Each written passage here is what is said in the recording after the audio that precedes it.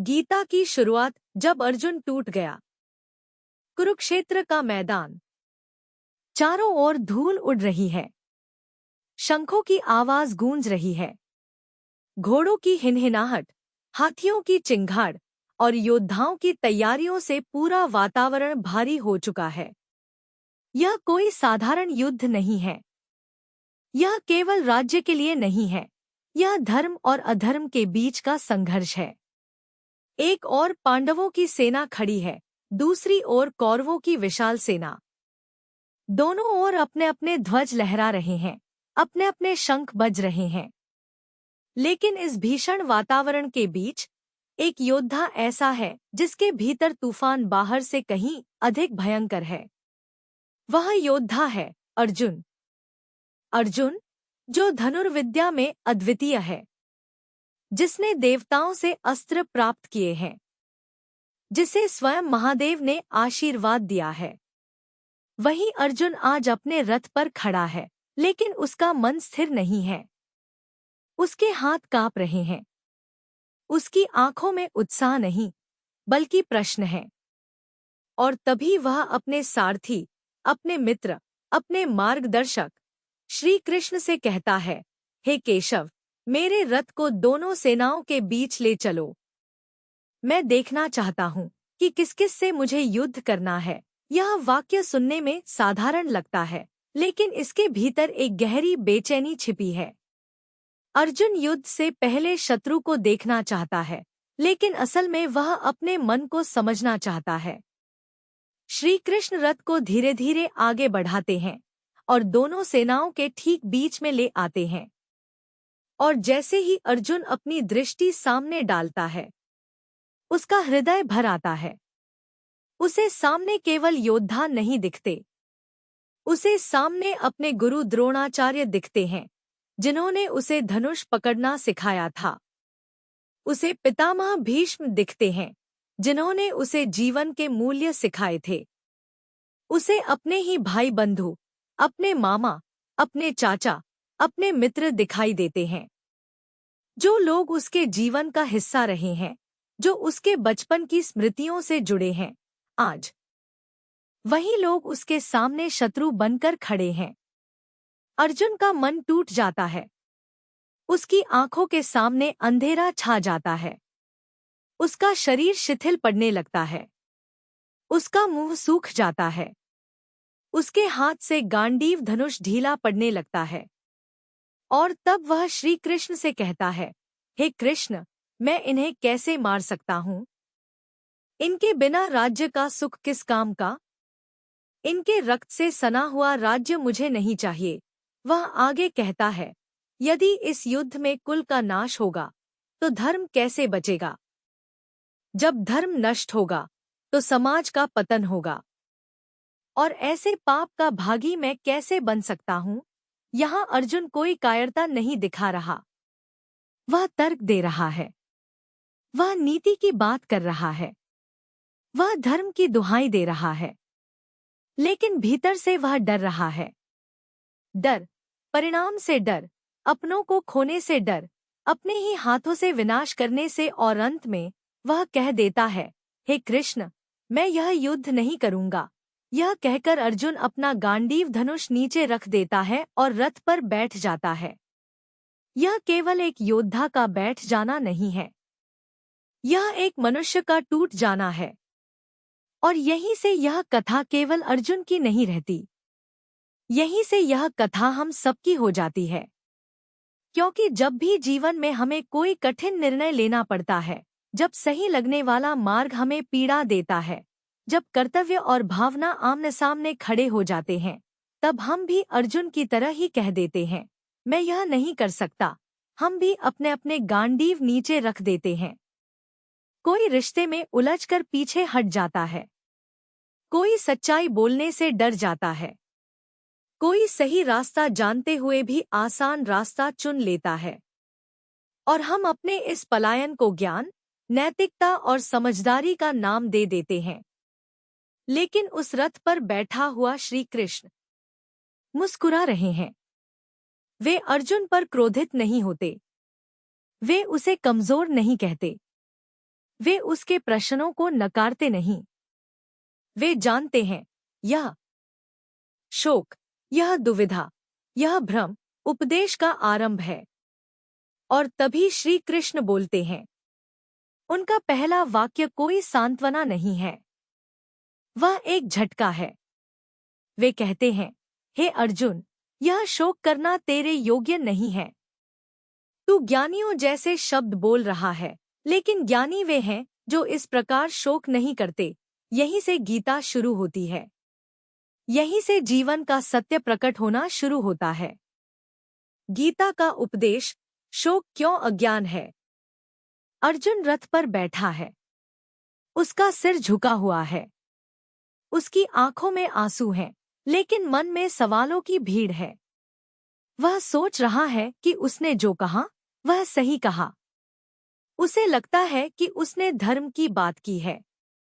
उसे लगता है कि उसका युद्ध से हटना एक ऊंचा निर्णय है। लेकिन श्री कृष्ण उसे उसी भ्रम में नहीं रहने देते।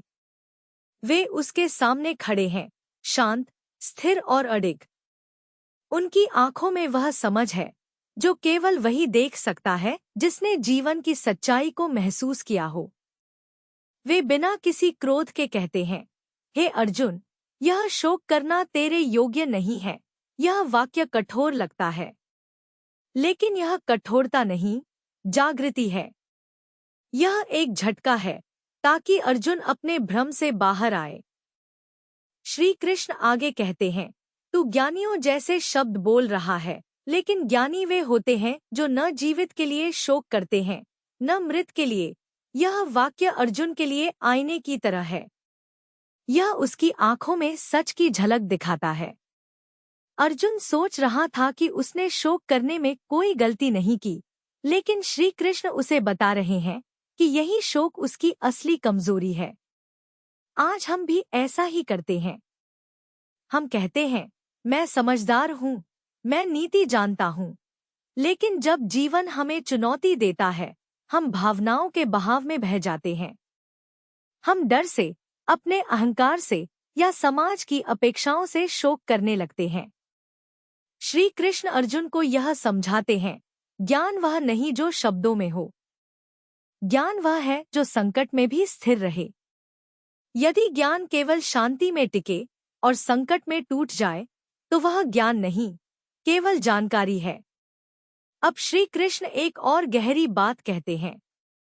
वे कहते हैं, पंडित जन न जीवित के लिए शोक करते हैं, न मृत के लिए। यह सुनकर अर्जुन के मन में प्रश्न उठते हैं। हमारे मन में भी यही सवाल आता है, कैसे संभव है? अगर कोई जीवित है और हम उससे प्यार करते हैं, तो शोक क्यों नहीं होगा?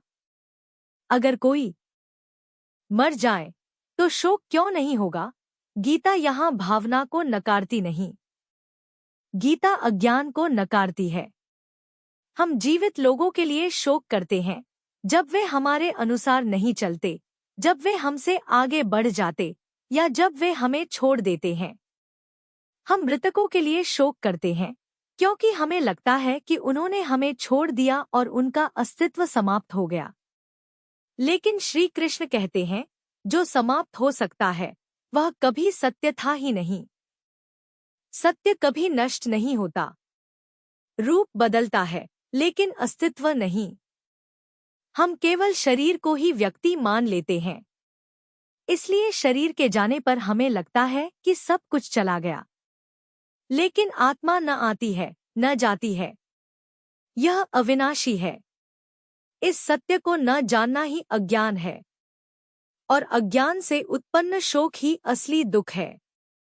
अर्जुन का शोक किसी और के लिए नहीं है। वह अपने भीतर के डर के लिए शोक कर रहा है। डर कि वह गलत कदम उठाएगा, डर कि लोग उसे दोष देंगे, डर कि वह सब खो देगा जिससे वह जुड़ा हुआ है। श्री कृष्ण कहते हैं, जब तक तू स्वयं को केवल शरीर समझेगा, तब तक हर परिवर्तन तुझे दुख देगा। जब तू स्वयं को आत्मा जानेगा, तब तू परिवर्तन को भी स्वीकार करेगा। तब तू जीवन की हर घटना को स्थिरता से देख सकेगा। तब तू शोक में नहीं फंसेगा, बल्कि सीख में रहेगा। तब तू संकट में भी संतुलित रहेगा। यही गीता का पहला उपदेश है। दुख बाहर से नहीं आता, दुख दृष्टि से आता है। जब दृष्टि बदली जा सकती है, तब दुख भी समाप्त हो जाता है। सोचिए, अर्जुन की स्थिति में हम खुद को रखें। जब किसी प्रियजन को खोते हैं, जब कोई मौका हाथ से निकल जाता है, जब जीवन में कठिनाई आती है, हम क्या करते हैं? हम रोते हैं, हम गुस्सा करते हैं, हम अपने आप को दोषी ठहराते हैं। लेकिन श्री कृष्ण कहते हैं, ये भावनाएं स्वाभाविक हैं, लेकिन ये शोक नहीं है।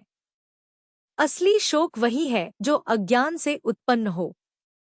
जब हम यह मान ले कि जो चला गया वह सब कुछ था और जो रह गया वह मूल्यहीन है, तभी दुख असली बनता है। आत्मा अमर है। हमारे जीवन में आने जाने वाली घटनाएं केवल रूप बदलती हैं।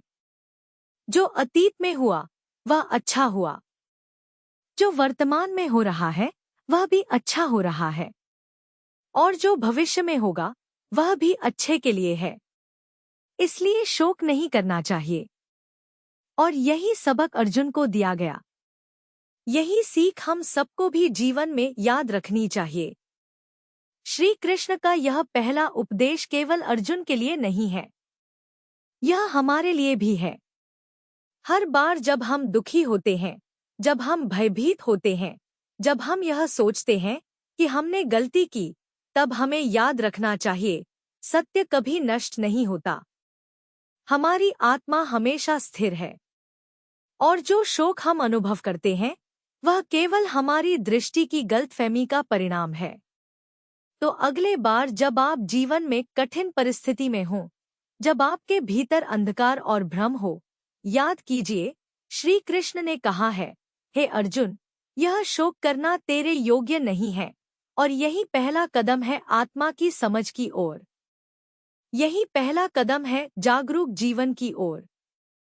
यही पहला कदम है गीता का सार, जिसे हम हर दिन अपने जीवन में उतार सकते हैं। आत्मा की अमरता और कर्मयोग जीवन का वास्तविक मार्ग। अर्जुन अभी भी रथ पर बैठा है। उसका शोक पूरी तरह समाप्त नहीं हुआ है, लेकिन श्री कृष्ण के शब्दों ने उसके भीतर एक नई हलचल पैदा कर दी है। अब अर्जुन केवल भावनाओं में नहीं बह रहा, अब वह सुनने को तैयार है। अब वह जानना चाहता है, यदि शोक अज्ञान है, तो फिर सत्य क्या है? यहीं से श्री कृष्ण गीता के सबसे गहरे रहस्यों में प्रवेश करते हैं। वे अर्जुन को बताते हैं, जिसे तुम मरता हुआ देख रहे हो, वह वास्तव में मरता ही नहीं। श्री कृष्ण कहते हैं, मनुष्य जन्म लेता है, बड़ा होता है, बूढ़ा होता है, और फिर मर जाता है, लेकिन यह सब केवल शरीर के साथ होता है। आत्मा का न जन्म होता है, न मृत्यु। और तब श्री कृष्ण वह श्लोक कहते हैं, जो पूरी मानवता को अमरत्व का बोध कराता है। नैनन छिन्दन्ति शस्त्राणि नैनन दहति पावका, न चैन क्लेद्यन्त्यापो न शोषयति मारुतः। अर्थात आत्मा को कोई शस्त्र काट नहीं सकता, आग जला नहीं सकती, पानी भिगो नहीं सकता, और हवा सुखा नहीं सकती। यह शरीर नष्ट हो सकता है, लेकिन आत्मा अविनाशी है।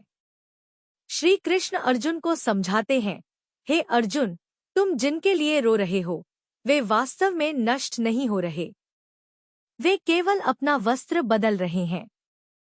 जैसे हम पुराने कपड़े उतारकर नए कपड़े पहन लेते हैं, वैसे ही आत्मा पुराने शरीर को छोड़कर नया शरीर धारण करती है। यदि तुम अपने पुराने कपड़े फट जाने पर रोते नहीं, तो आत्मा के वस्त्र बदलने पर क्यों शोक करते हो? यहीं पर गीता जीवन की सबसे बड़ी गांठ खोलती है। हम दुखी इसलिए होते हैं क्योंकि हम शरीर को ही सब कुछ मान लेते हैं। हम कहते हैं, मेरे पिता चले गए, मेरी माँ नहीं रही, मेरा प्रिय मुझे छोड़ गया, लेकिन श्री कृष्ण कहते हैं, वे कहीं नहीं गए। वे केवल उस रूप में नहीं है जिस रूप से तुम जुड़े हुए थे। जब यह समझ आ जाती है, तब शोक धीरे धीरे शांति में बदलने लगता है। अब श्री कृष्ण अर्जुन को जीवन का अगला सत्य बताते हैं, यदि आत्मा अमर है तो फिर भय किस बात का? यदि मृत्यु सत्य नहीं है तो फिर कर्तव्य से भागना क्यों? यहीं से कर्मयोग का जन्म होता है। श्री कृष्ण कहते हैं, हे अर्जुन, तुम्हारा अधिकार केवल कर्म करने में है, फल पर नहीं। और तब वे गीता का सबसे प्रसिद्ध श्लोक कहते हैं, कर्मण्येवाधिकारस्ते मा फलेषु कदाचन मा कर्मफल हेतुर्भुवः मा ते संगोस्त्व कर्मणि, अर्थात तुम्हारा अधिकार केवल कर्म करने में है, फल की चिंता मत करो। फल के लिए कर्म मत करो और कर्म छोड़कर बैठ भी मत जाओ। यह श्लोक केवल युद्ध के लिए नहीं है, यह पूरे जीवन के लिए है। आज हम दुखी क्यों रहते हैं? क्योंकि हम कर्म कम करते हैं और फल की चिंता ज्यादा करते हैं।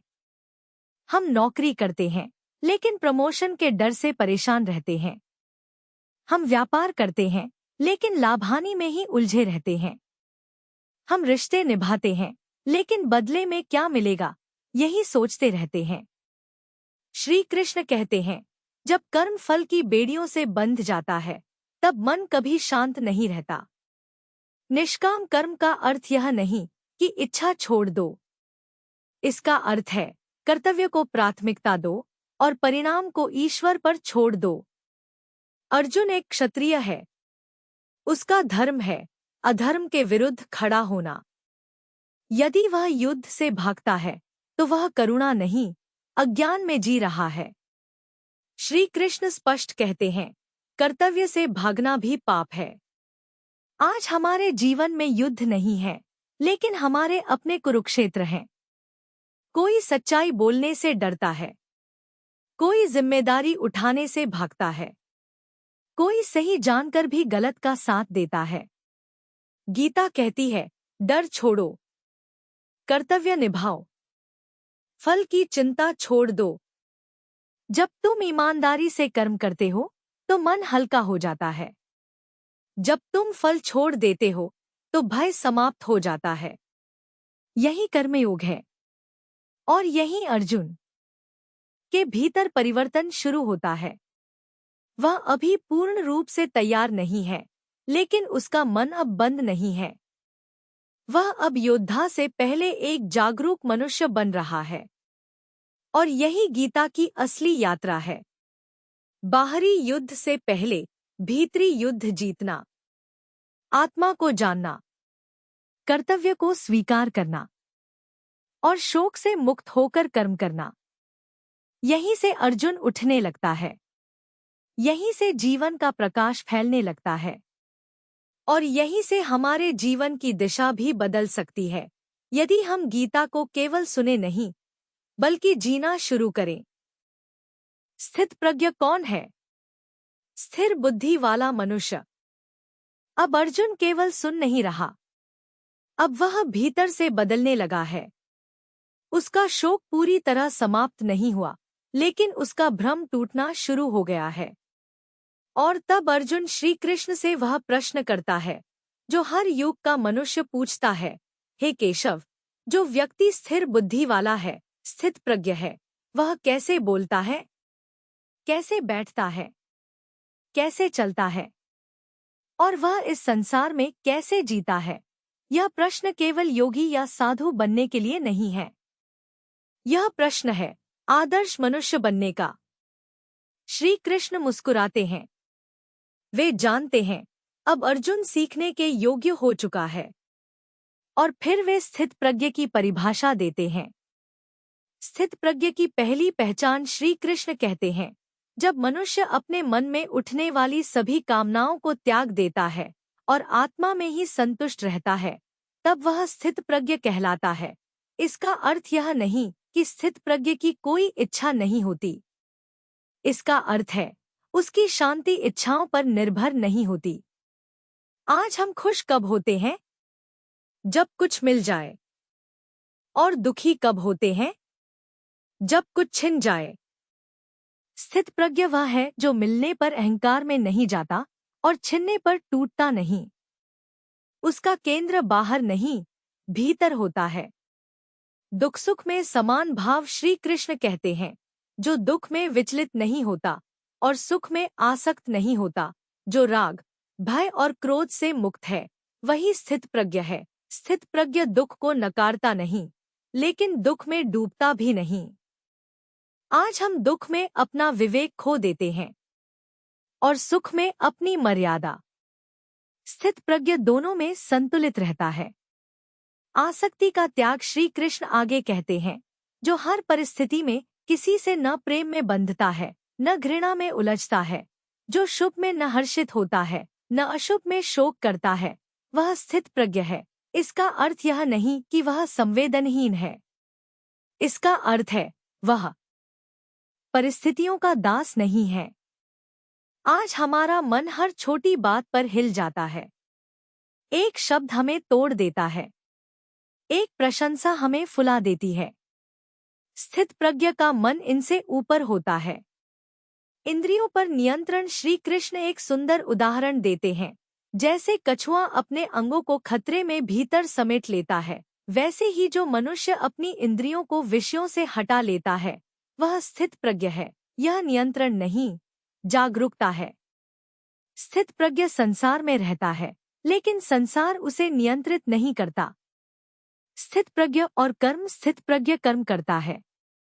वह भागता नहीं, वह जिम्मेदारियों से दूर नहीं जाता, लेकिन वह कर्म का गुलाम नहीं बनता। वह जानता है, मैं कर्म करता हूं, पर मैं कर्म नहीं हूं। फल आए तो स्वीकार, न आए तो भी स्वीकार। यही वास्तविक स्वतंत्रता है। क्रोध और भय से मुक्ति श्री कृष्ण कहते हैं, इंद्रियों से आसक्ति होती है, आसक्ति से इच्छा, इच्छा से क्रोध, क्रोध से भ्रम, भ्रम से स्मृति नाश, और स्मृति नाश से बुद्धि नष्ट हो जाती है। स्थित प्रज्ञ इस श्रृंखला को बीच में ही रोक देता है। वह जानता है, क्रोध मुझे कमजोर करेगा, भय मुझे भ्रमित करेगा, इसलिए वह प्रतिक्रिया नहीं देता, उत्तर देता है। स्थित प्रज्ञ का जीवन स्थित प्रज्ञ कोई गुफा में बैठा योगी नहीं है। वह पिता भी हो सकता है, माता भी, कर्मचारी भी, व्यापारी भी। वह संसार में रहते हुए संसार से ऊपर होता है। वह जिम्मेदारी निभाता है, लेकिन अहंकार नहीं पालता। अंतिम उपदेश श्री कृष्ण कहते हैं, जो इस स्थिति को प्राप्त कर लेता है, वह ब्रह्मा में स्थित हो जाता है, और मृत्यु के समय भी उसकी चेतना नहीं डगमगाती। यही स्थित प्रज्ञ है, यही आदर्श मनुष्य है। गीता हमें युद्ध करना नहीं सिखाती, गीता हमें जीना सिखाती है। यदि हम थोड़ा सा भी स्थित प्रज्ञ बन जाए, तो हमारा जीवन बदल सकता है। शांत मन, स्पष्ट बुद्धि, निडर कर्म, यही गीता का उपहार है। भक्ति, ज्ञान और कर्म का संतुलन, पूर्ण जीवन का मार्ग। अब अर्जुन का मन पहले जैसा नहीं रहा। वह टूटे हुए मन से निकलकर एक समझदार मन की ओर बढ़ चुका है। वह जान चुका है कि आत्मा अमर है। वह यह भी समझ चुका है कि कर्म से भागना समाधान नहीं। लेकिन अब उसके भीतर एक नया प्रश्न उठता है, हे कृष्ण, यदि आत्मा का ज्ञान आवश्यक है और कर्म करना भी आवश्यक है, तो फिर भक्ति का स्थान कहाँ है? क्या ज्ञान श्रेष्ठ है या भक्ति? क्या कर्म मार्ग कठिन है या भक्ति मार्ग सरल? यह प्रश्न केवल अर्जुन का नहीं है। यह हर उस मनुष्य का प्रश्न है जो ईश्वर को भी चाहता है और संसार में भी जीता है। श्री कृष्ण मुस्कुराते हैं। वे जानते हैं, मनुष्य अक्सर एक मार्ग को पकड़कर दूसरे को नकार देता है। लेकिन गीता न नकारना सिखाती है, न भागना। गीता संतुलन सिखाती है। ज्ञान बिना भक्ति अहंकार बन जाता है। श्री कृष्ण कहते हैं, यदि ज्ञान में भक्ति नहीं है, तो वह ज्ञान सूखा हो जाता है। ऐसा ज्ञान मनुष्य को दूसरों से ऊपर समझने लगता है। वह कहता है, मैं जानता हूँ, तुम नहीं जानते।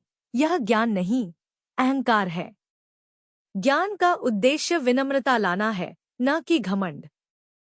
भक्ति बिना ज्ञान, अंधविश्वास बन जाती है। श्री कृष्ण आगे कहते हैं, यदि भक्ति में ज्ञान नहीं है तो वह अंधविश्वास बन जाती है।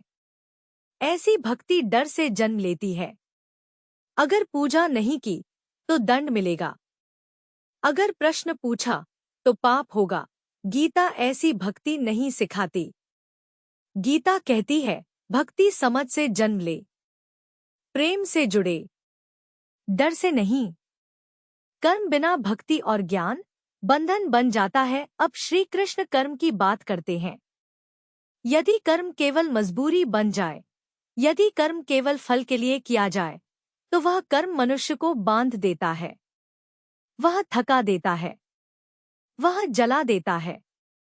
कर्म तभी मुक्त करता है जब उसमें भक्ति और ज्ञान जुड़े हों। तीनों का संतुलन गीता का वास्तविक संदेश। श्री कृष्ण स्पष्ट कहते हैं, ज्ञान तुम्हें सत्य दिखाता है, भक्ति तुम्हें प्रेम देती है, कर्म तुम्हें संसार से जोड़ता है। इन तीनों में से किसी एक को भी छोड़ दिया जाए तो जीवन अपूर्ण हो जाता है। स्थित प्रज्ञ वही बन सकता है जो तीनों को साथ लेकर चलता है। भक्ति का वास्तविक अर्थ, भक्ति का अर्थ केवल मूर्ति के सामने झुकना नहीं है।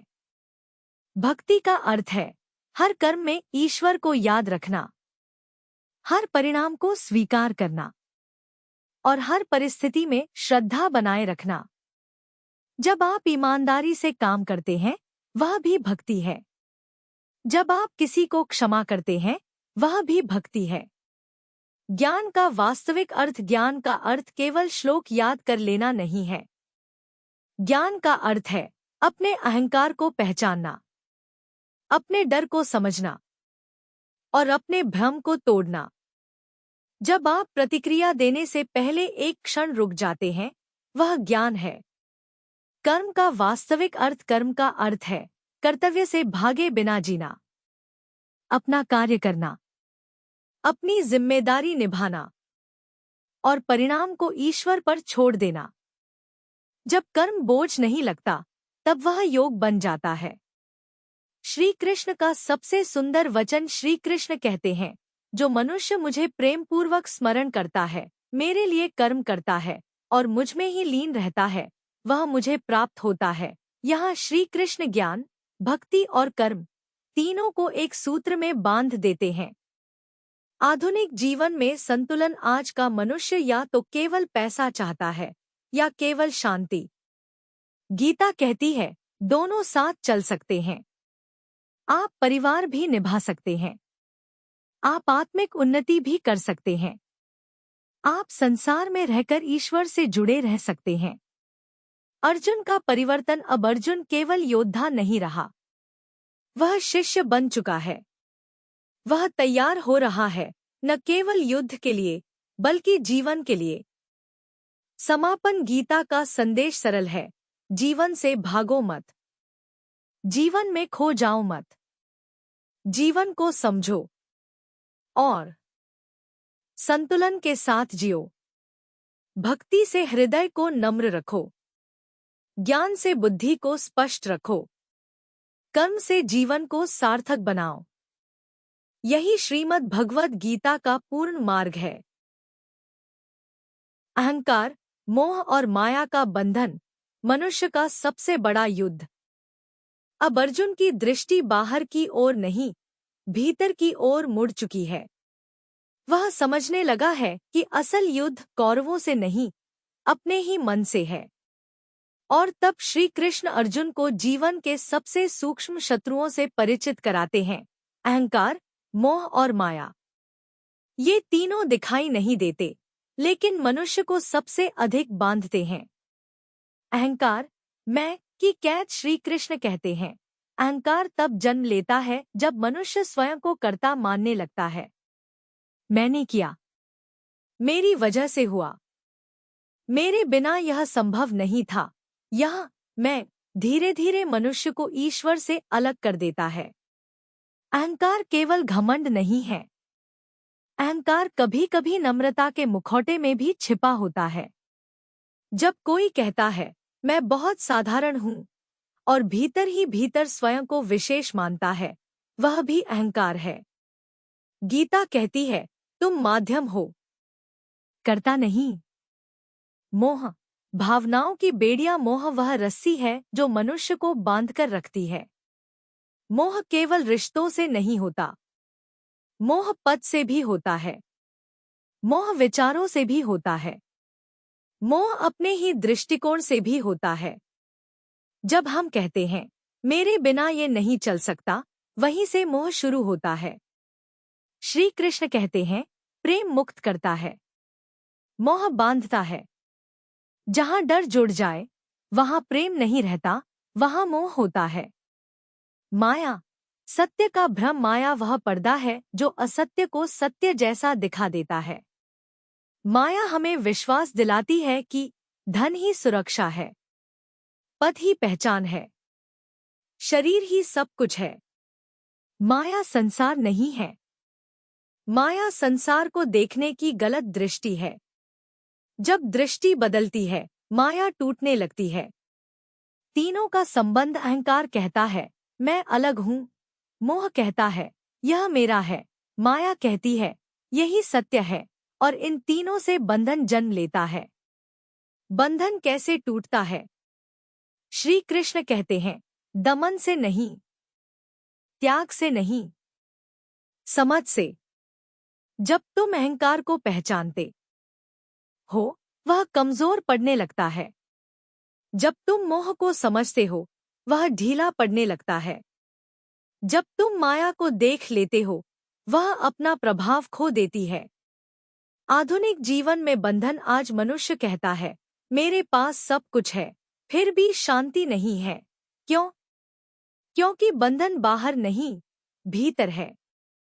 श्री कृष्ण का मार्ग। श्री कृष्ण कहते हैं कर्म करो, भक्ति रखो, ज्ञान से देखो। जब कर्म ईश्वर को अर्पित हो जाता है, अहंकार गल जाता है। जब भक्ति गहरी होती है, मोह ढीला पड़ जाता है। जब ज्ञान स्पष्ट होता है, माया टूट जाती है। अर्जुन का जागरण। अब अर्जुन समझने लगा है, वह युद्ध से डर नहीं रहा था, वह अपने मैं को खोने से डर रहा था। यह समझ आते ही उसके भीतर स्पष्टता आती है। समापन गीता का संदेश है, बंधन तो है, लेकिन मुक्ति भी है। अहंकार छोड़ा नहीं जाता, समझा जाता है।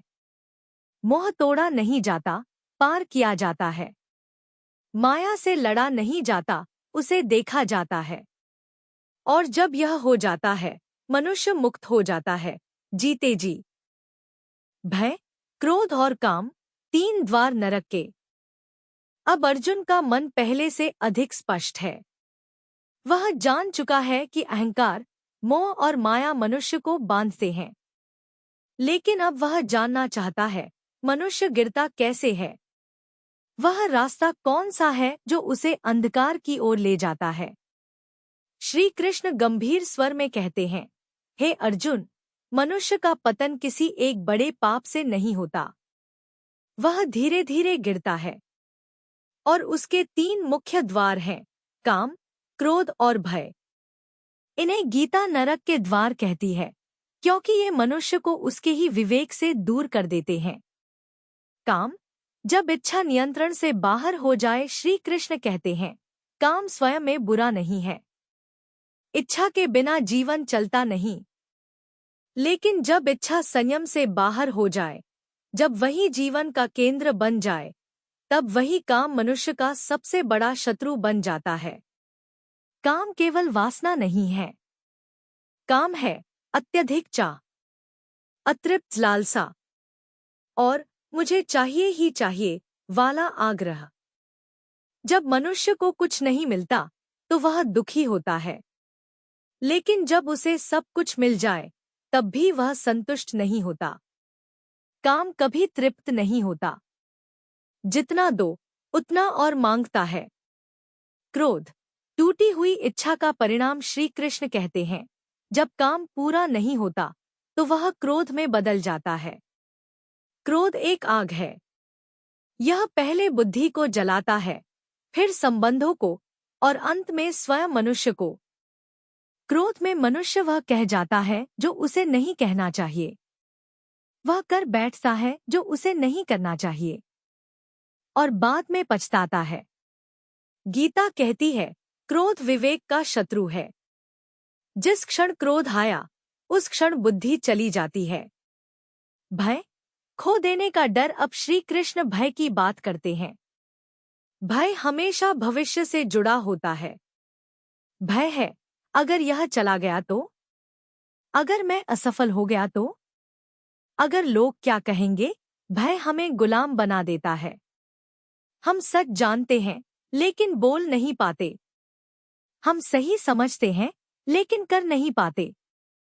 भय हमें कायर नहीं, बंधा हुआ बना देता है।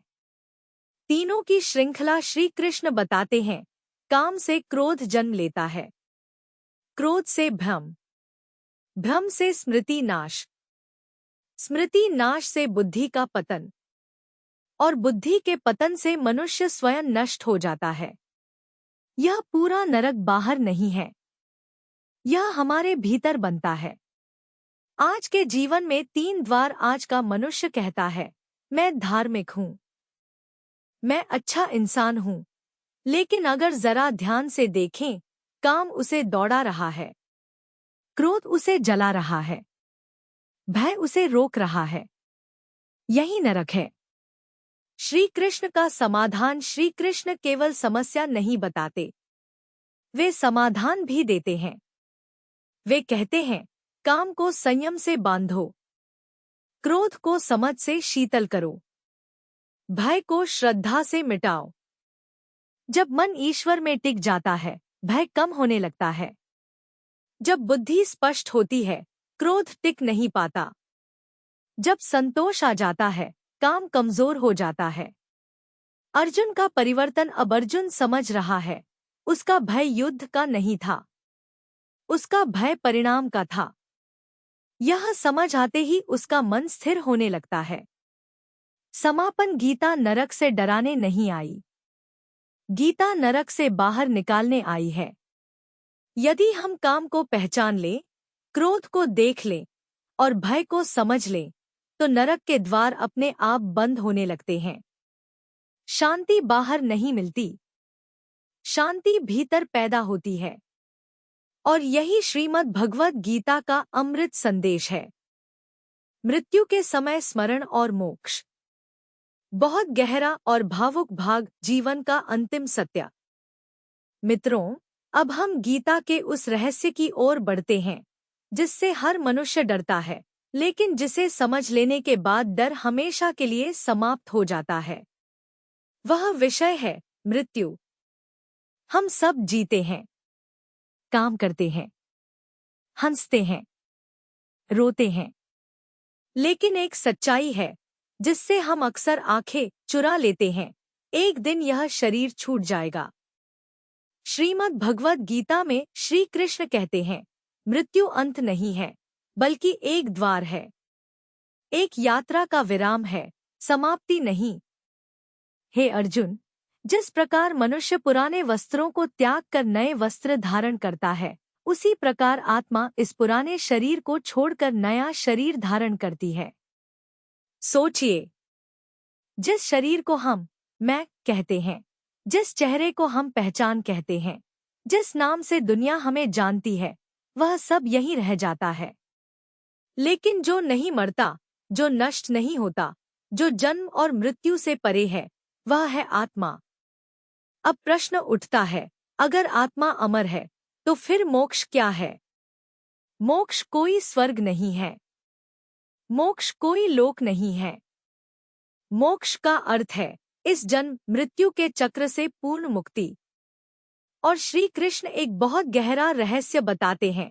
हे अर्जुन, मनुष्य मृत्यु के समय जिस भाव में होता है, वही भाव उसे अगले जीवन में ले जाता है। यह वाक्य बहुत छोटा है, लेकिन इसका अर्थ बहुत विशाल है। सोचिए, अगर कोई व्यक्ति जीवन भर धन में डूबा रहा, हर पल बस पैसे, मकान, पद, प्रतिष्ठा में उलझा रहा, तो मृत्यु के समय उसका स्मरण किसका होगा?